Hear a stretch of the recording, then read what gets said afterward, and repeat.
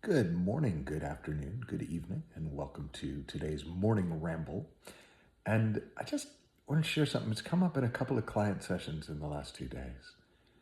And it's this notion of grounding. So if you've been around the three principles conversation at all, you've been around the inside out understanding, that a phrase that is bandied about as the holy grail is grounding. You just need to work on your grounding. It's all about grounding. The answer to how is grounding. And there's a sort of an assumption that we all mean the same thing when we say grounding. And I was talking to a client yesterday and then again today and realized that, oh, yeah, it's been so long since I've looked, I didn't know what I meant by grounding. So I sat with it and I realized that there's sort of two things that I would call grounding. The grounding that makes a difference in how you live your life and the impact that you have with others. And the first is the feeling that you live in most of the time. I say most of the time because, we all have moods. We all have ups and downs and, different emotions at different times that are letting us know about the flow of thought going through our head. And that's cool. But there is what it feels like to be you. And for a long time, what it felt like to be me was not very nice. It was anxious or depressed. It was flat or downright unpleasant and uncomfortable. And the shift in grounding is that now what it feels like to be me is really nice most of the time. Now, you can lose your footing without it changing your grounding. In other words, what it feels like to be you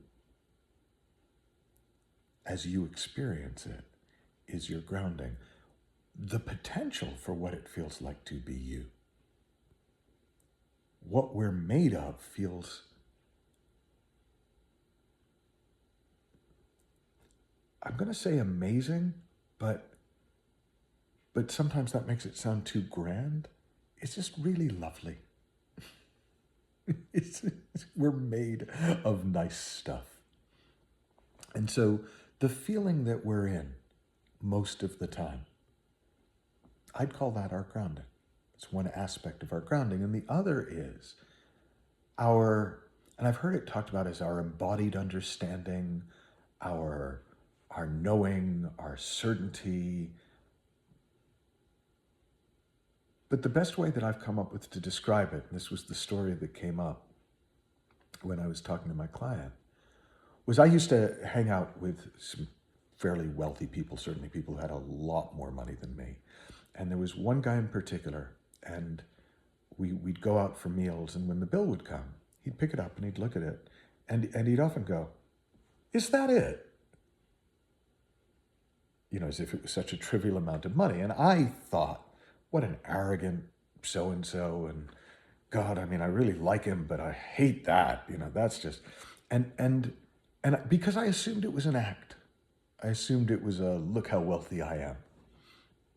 And then I remember one day, it's probably a couple of years after I hung out with this guy, going out to a meal and getting the bill and saying, "Is that all?"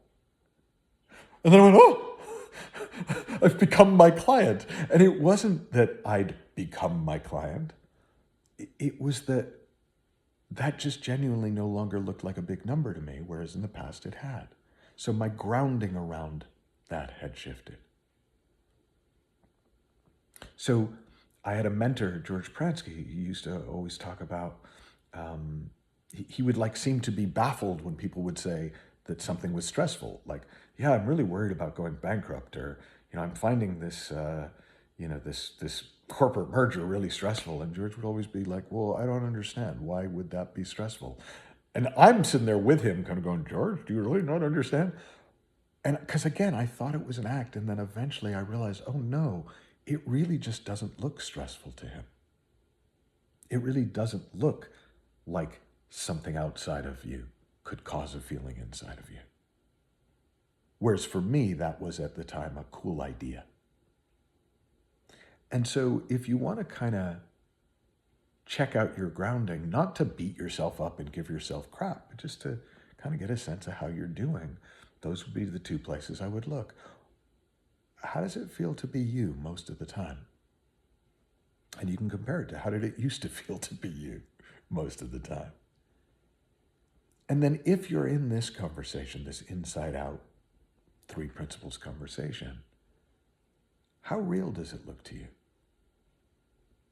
As opposed to a really good idea. And if you have any insights or observations, please do post them in the comment section below. Have fun, learn heaps, happy exploring, and I'll talk with you soon.